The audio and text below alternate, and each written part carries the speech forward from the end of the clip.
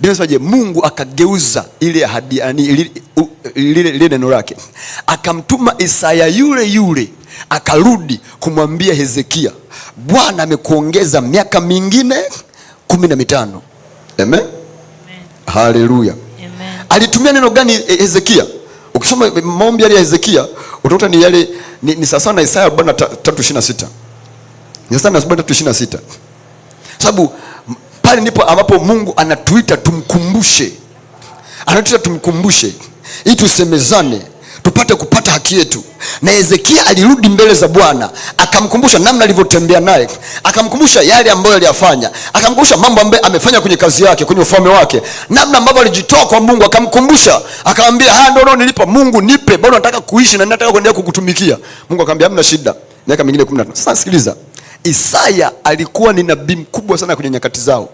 Isaya alikuwa ni kama vile kinywa cha Mungu, akiongea neno linakuwa vile vile. Kwa alipopewa lile neno na Isaya, itakiwa aanze kulia, au pengine aende mambo yake, aende urithi, andike kila kitu akabidhi. Ile yeye alikataa, sema no. Kwa maombi ni mahali pa kufanya mabadilishano. Maombi ni mahali pa mabadilishano, pa kuleta mabadiliko kwenye kitu ambacho unataka kibadilike, unakibadilisha kwenye maombi. Hezekia alipopewa taarifa ya kwamba muda wako umeisha, andaa mambo nyumba yako, alikataa. Alikuwa bado anatamani kuna vitu avifanye, kuna mambo hajakamilisha, kuna namna anatamani endelee kuishi. Akageukia ukutani, akasema na Bwana, na Mungu akamuongeza miaka mingine 15. Maombi ni mahali pa kufanya mabadiliko ya maeneo mbalimbali ya maisha yetu. Wakati Mungu amemwambia Musa kwenye kitabu cha Kutoka sura 32, Mungu anamwambia Musa juu ya kuangamiza wana wa Israeli kwa sababu wameabudu sanamu. Akamwambia Musa, nitawaangamiza wote, alafu wewe nitafanya kuwa taifa. Musa alikataa, akakaa mbele za Mungu siku 40 akimwomba Mungu abadilishe ile hali, na anafanya toba kwa ajili yao. Mungu akamwambia, nimesikia na nimebadilisha, sitawaangamiza, nitawaruhusu mwende, nitawapa na malaika, ila mimi uwepo wangu hauendi na nyie. Musa akasema, no way, nachotaka uwepo wako uende na sisi. Akaenda tena siku nyingine 40 usiku na mchana akaomba, Mungu akakubali kwenda nao. Musa alikaa mlimani siku 120. Ukisoma ile habari, siku 120 akimwomba Mungu ili kwanza kuwasamehe dhambi yao, kuwasamehe makosa yao, kuwasamehe na uovu wao, na aweze kwenda nao. Mungu alikuwa kataa, anasema nitawaangamiza, sitaenda na nyie. Musa akaomba siwaangamiza, akaacha kuangamiza.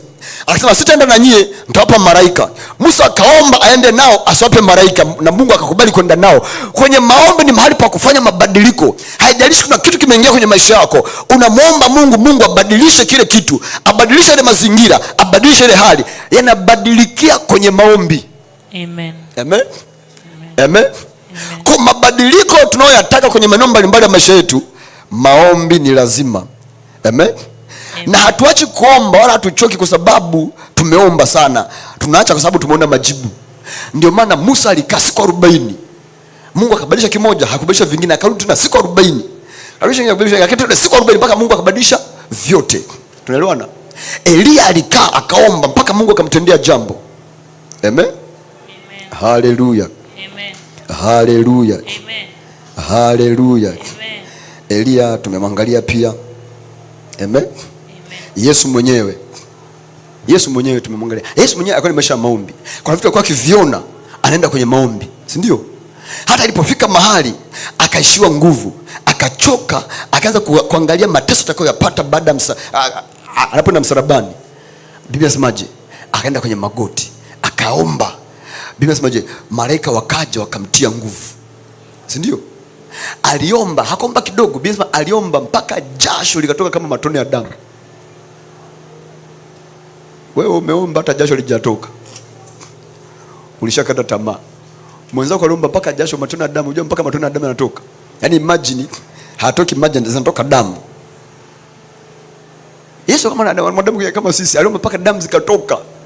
Jasho kama matone. Biblia inasema jasho kama matone, si ndio? Ndio. Maombi yanamvuta malaika kuingia kwako na kufanya jambo kwenye maisha yako, si ndio? Amen. Malaika walikuja wakamtia nguvu. Hawakumtia nguvu kana tembea barabarani. Walimtia nguvu kwa wapi? Kwenye magoti, si ndio? Ndio maana nikakwambia mwanzoni, nguvu za kiroho unazipata kwenye magoti. Hauzipati ukiwa unatafuna.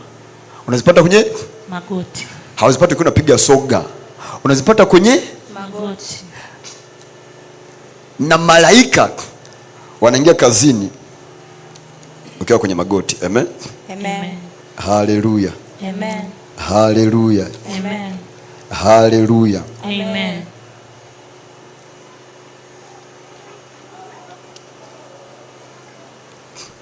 Maombi ndio yanobadilisha historia, kwa sababu yanamtengenezea Mungu nafasi ya kuingilia kati mambo ya maisha yako.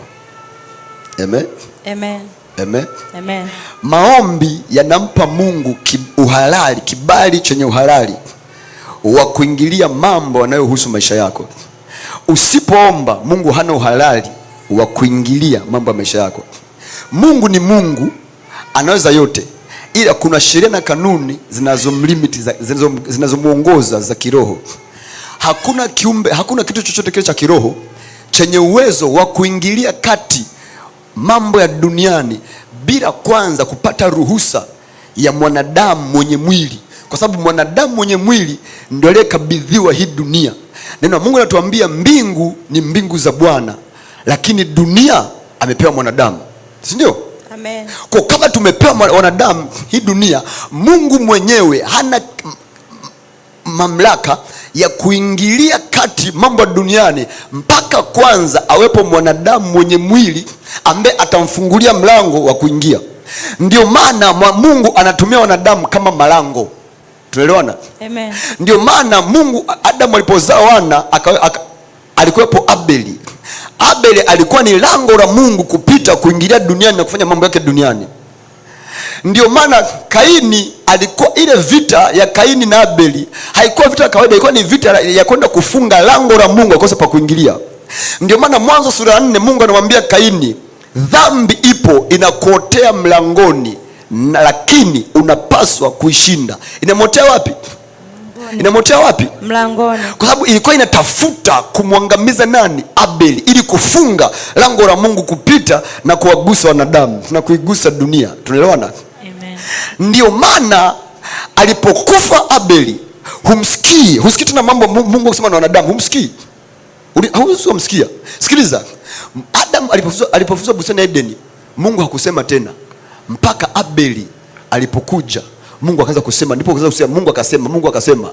Abeli alipokufa, husikii tena Mungu chochote alichokiongea Mungu, husikii chochote alichokiongea Mungu mpaka inaenda sura ya 5 huko, ambapo Biblia inasema hivi, Adam akamjua tena mkewe, akamzaa Seti mahali pa Habili. Alimzaa Seti mahali pa Habili. Maana Mungu alimleta Seti kama lango ambalo limefunguliwa upya kwa lile lililofungwa la Abeli, si ndio? Na Seti alipomzaa mwana, Biblia inasemaje? Hapo ndipo wanadamu walipoanza kuliitia tena jina la Bwana. Unajua maana kuliitia tena? Maana ni kwamba hata wao walikuwa hawana access na Mungu, hawana namna kufikia Mungu, kwa sababu mahali pao pa kupita pamefungwa. Hapo ndipo wanadamu walipoanza tena kuliitia jina la Bwana. Maana kabla ya hilo walikuwa hawaliitii jina la Bwana, wala Mungu haonekani kwao. Tunaelewana? Amen. Tunaelewana? Amen.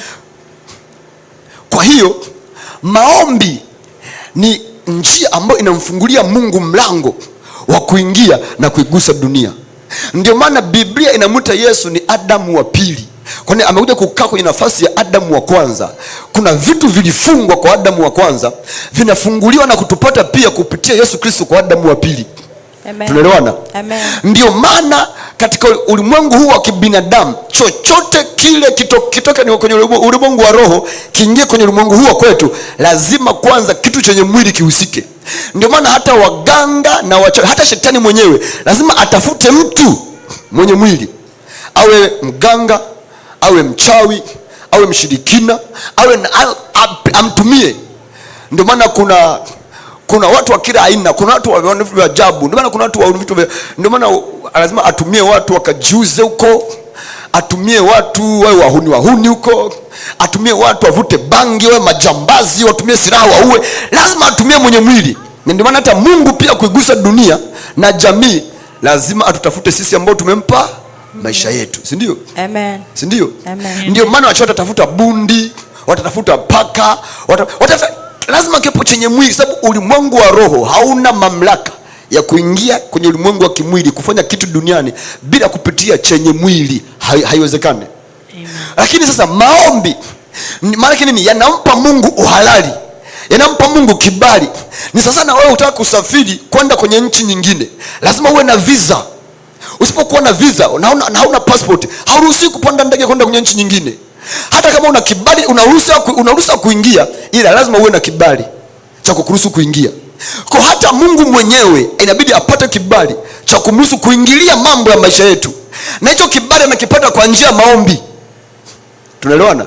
Amen. Tunaelewana? Amen. Kwa unapoanza kuomba unamnyima Mungu kibali cha kuingilia kati mambo yako, hata kama anatamani kufanya. Ndio maana ukienda kusoma kwenye mambo ya Elia, Biblia hivi, Elia wakati anaomba ili moto ushuke urambe ile sadaka, aliomba akasema hivi, ili julikane kwamba mimi, wewe ni Mungu na mimi ni mtumishi wako, nami nimefanya haya yote kwa neno lako. Maana Mungu alikuwa anamsemesha Elia. Elia anafanyia kazi kwenye maombi, si ndio? Si ndio? Haikuwa Mungu anataka kufanya asingesubiri nani apite kwa Elia, asingesubiri. Kutoka Matendo ya Mitume sura 12, Petro amekamatwa anataka kuchinjwa. Herode alimkamata Yakobo akamkata kichwa. Kwa nini? Kanisa likuomba. Alipomkamata na Petro wakaomba, walivyoomba malaika katoka mbinguni akaenda kumtoa Petro gerezani. Kwani Mungu alishindwa kumtoa Petro gerezani bila maombi? Ilikuwa ni lazima maombi yawepo kazini ili Mungu, ulimwengu wa roho uingilie kati ulimwengu wa kimwili. Walipoomba, Biblia inasemaje? Malaika akashuka akaenda akamtoa Petro gerezani. Yakobo alikamatwa, hawakuomba, akakatwa kichwa. Aliuawa, sio Mungu alipenda uawe, aliuawa kwa sababu kanisa likuomba. Alitamani amsaidie Yakobo, lakini hana kibali cha kuingilia kati na kuokoa maisha ya Yakobo. Hana kibali. Alipokamatwa Petro, kanisa likakutanika likaomba kwa bidii. Malaika akatumwa kuingia na kumtoa Petro, kwa sababu alipewa kibali cha kuingilia kati. Amen. Haleluya. Amen. Haleluya. Amen. Haleluya. Amen. Haleluya. Amen. Amen. Amen. Mungu anawaangalia watu wale ambao wamepatana naye kwa njia ya maombi. Amen. Amen. Amen. Lakini Mungu anajibu maombi yale ambayo yanaendana na kusudi lake, yale ambayo yanaendana na kusudi lake na mapenzi yake. Yakobo anatuambia mkiomba mpate, sababu unaomba vibaya. Unasema baba nipe hela, akikuangalia anaangalia anasema wewe unaomba hela ili tu ukipata umkomoe fulani. Akupi. Unajua, sikiza nikwambie, kabla ili likukae kichwani, hili likukae, kabla Mungu hajajibu ombi lako anaangalia kwanza nia yako. Tunaelewana? Kabla Mungu hajajibu kwanza ombi lako anaangalia kwanza nia yako. Si ndio kwini? Si ndio? Unatafakari? Kabla Mungu hajajibu ombi lako anaangalia kwanza nia yako. Sawa? Amen. Okay, unajua mfano dhambi. Unajua watu wanavyotazama dhambi, wanatazama kwa kitu fulani hivi. Dhambi haipo kwenye kile unachokifanya. Dhambi ipo kwenye nia iliyokusukuma ukakifanya ulichokifanya. Sio kama umenielewa? Amen. Ndio. Sawa? Amen. Mungu huwa hahukumu kitendo kwanza, anahukumu nia kwanza. Sawa? Amen. Sawa? Amen. Unaweza kuniomba kitu nikakataa kukupa, sio kwa sababu nimetaka kukunyima, kwa sababu nataka nikudiscipline kwenye eneo fulani. Hiyo haiwezi kuwa dhambi, si ndio? Amen. Ila ukiniomba kitu nikakunyima, uwezo ninao, ila sio kwa chochote, kwa sababu tu sitaki yani. Sawa? Ukiwa unataka kwenda sehemu fulani, labda kuna fursa umeipata, na mimi nakuja sema huyu jamani mwizi, huyu jamaa ni tapeli, huyu jamaa ni mjanja. Na kuzunguka naenda kwa yule jamaa, bana unamjua fulani hapa bana, usimpe hiyo kazi, atakuharibia. Yuko 1 2 3. Nafanya kwa nia nzuri, kwanza kukusaidia wewe wasikuweke ndani, usije ukafungwa bure. Kwa nakusaidia. Cha pili, namsaidia yule jamaa asipate nini? Hasara. Sawa? Amen. Lakini nikikuzunguka nikaenda kwa lengo la kukuharibia kwamba ili nini? Ili usifanikiwe. Yaani nani na wivu, unapataje yani? Au unapataje? Na bana usimpe yule. Naweka mambo ya uongo na kusingizia. Alafu unakosa kile kitu. Hiyo ni dhambi. Sawa? Amen. Kwa Mungu huwa hukumu kitendo kwanza, anahukumu nia kwanza. Vivyo hivyo Mungu kabla, sikiza, unapoenda kwenye maombi yako, chunguza nia yako. Daudi alisema, Bwana chunguza moyo wangu ili uone kama iko njia iletao majuto ndani yangu. Kwa sababu anajua kabla Mungu hajaangalie unachokipeleka kwake, anaangalia nia iliyosukuma kile unachokipeleka, namna unavyokipeleka. Amen. Haleluya. Amen. Haleluya. Haleluya. Amen. Kwa hiyo kabla haujaomba, chunguza nia yako. Kwa nini unaomba unachokiomba? Ili iweje? Malengo yako ni yapi? Makusudi yako ni yapi? Kikisha kujia, ukishakipata, utakitumiaje? Utatembea nacho vipi? Utaenda nacho vipi? Je, Mungu ana faida yote ndani ya hiki? Sababu kama Mungu ana faida ndani ya hicho, sahau. Amen. Amen. Haleluya. Amen. Haleluya. Amen. Maombi ndio njia ambayo Mungu anaitumia kuamini watu na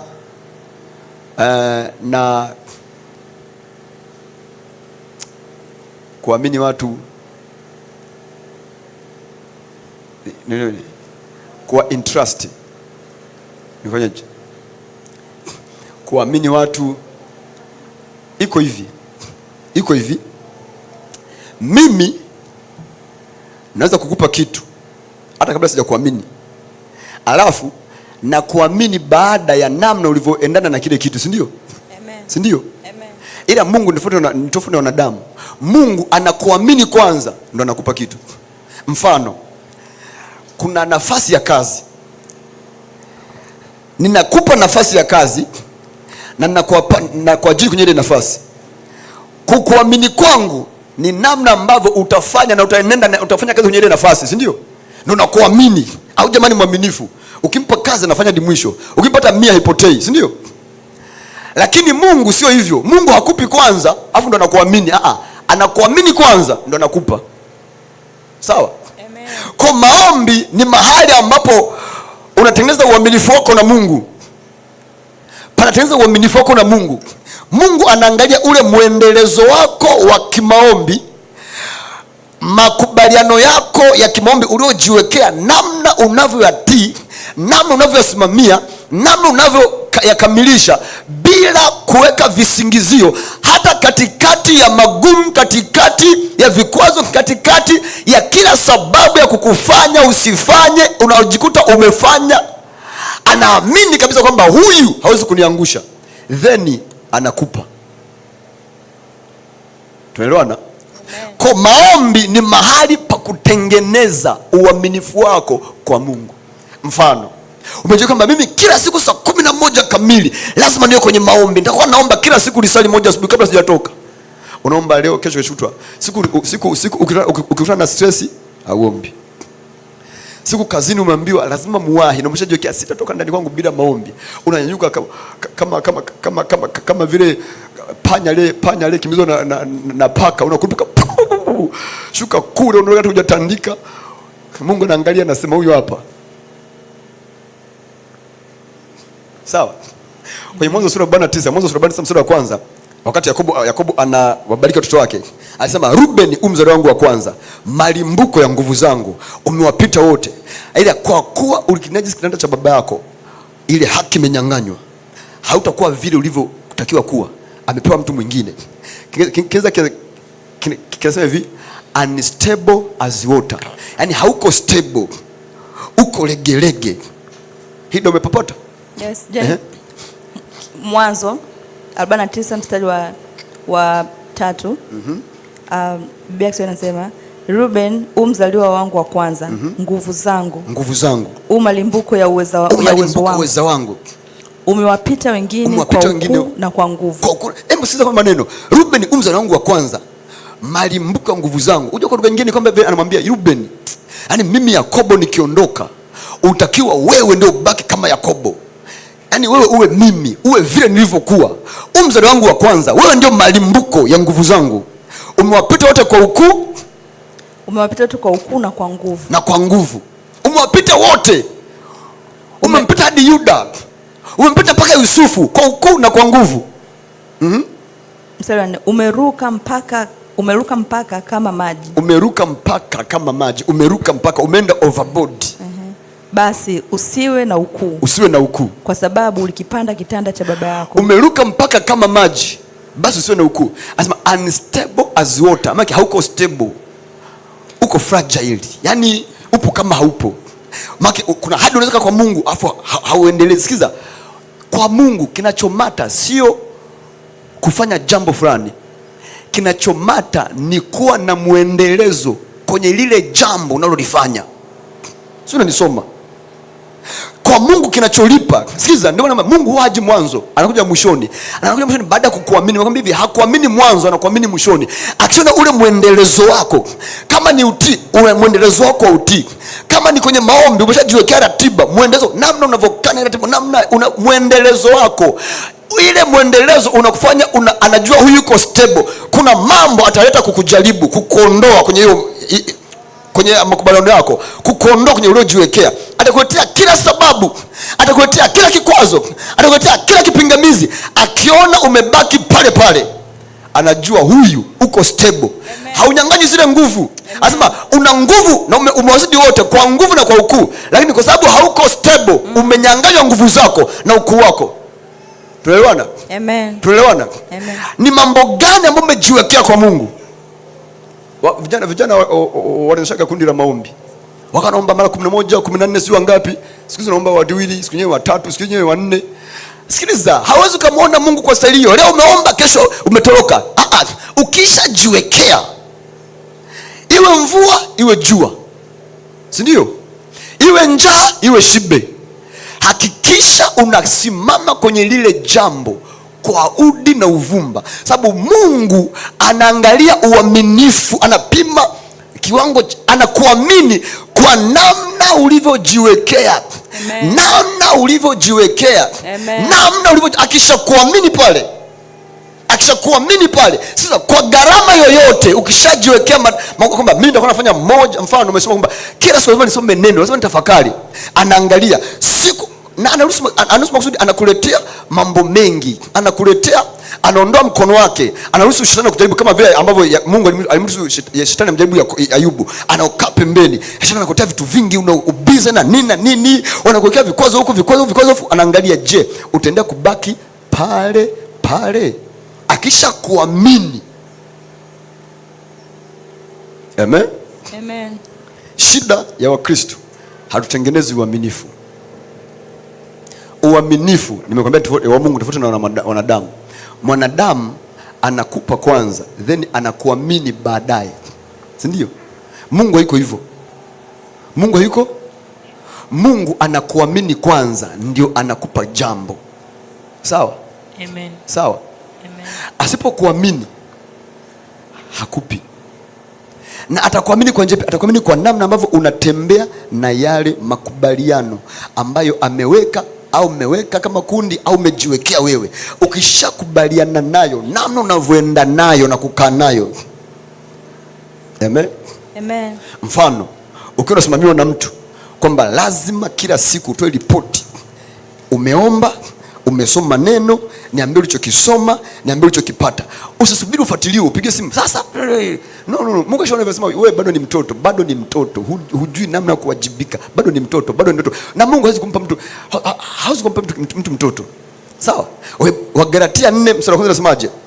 Mrithi wakati wowote hapo mtoto hana tofauti na mtumwa.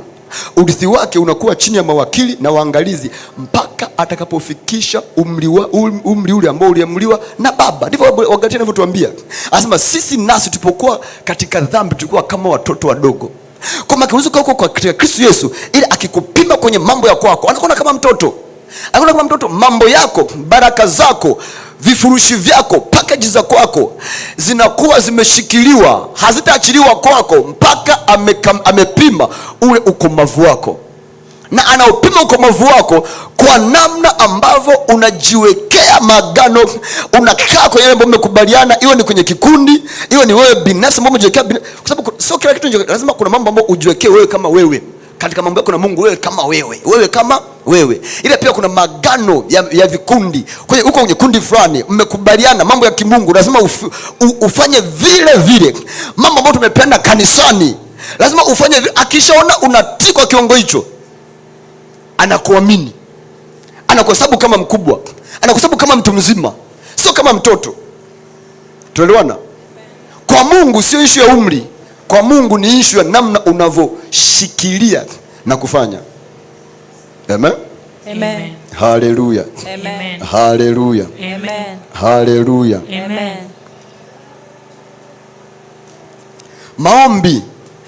Maombi ni njia ya kupeleka uwajibikaji mbele za Mungu kwa yale yanayokuzunguka. Kuna mambo unayaona, kuna mambo unatamani yabadilike, kuna mambo unatamani yatokee. Unajibidisha nayo, ile unapeleka kwa Mungu akusaidia. Unapeleka uwajibikaji mbele za Bwana ili Mungu aingilie kati kwenye mambo yanayokuzunguka. Huwezi kwenda kumwomba Mungu kwenye jambo ambalo hujibidishi nalo afu Mungu akakusaidia. Ile kwamba unapeleka mbele za Mungu ni ishara ya kwamba unataka mkono wa Mungu uingie katika kukusaidia. Maana unamwambia Mungu, naleta uwajibikaji wangu kwako. Amen. Amen. Amen. Na Mungu akiona uwajibikaji wako anaingia kukusaidia. Amen. Amen. Haleluya. Amen. Haleluya. Amen. Vita kubwa kwenye kanisa ndiko kwenye eneo la maombi. Biblia inatuambia watu walipolala, adui akaja akapanda magugu. Amen. Mtu yeyote akilala kwenye maisha yake, adui atapanda magugu kwenye maisha yake. Maombi ni njia ya kupeleka uwajibikaji wako kwa Bwana. Sawa? Mungu akiona unaomba juu ya jambo fulani, anajua unawajibika kwenye hilo eneo. Akipima uwajibikaji wako, anaingilia kati kuleta matokeo kwenye maisha yako. Amen. Na nikasema vita vikubwa katika mwili wa Kristo vinapelekwa kwenye maombi. Kwa sababu Biblia adui wanadamu watu walipolala, adui alikuja akapanda magugu. Amen. Amen. Haleluya. Amen. Haleluya. Amen. Haleluya.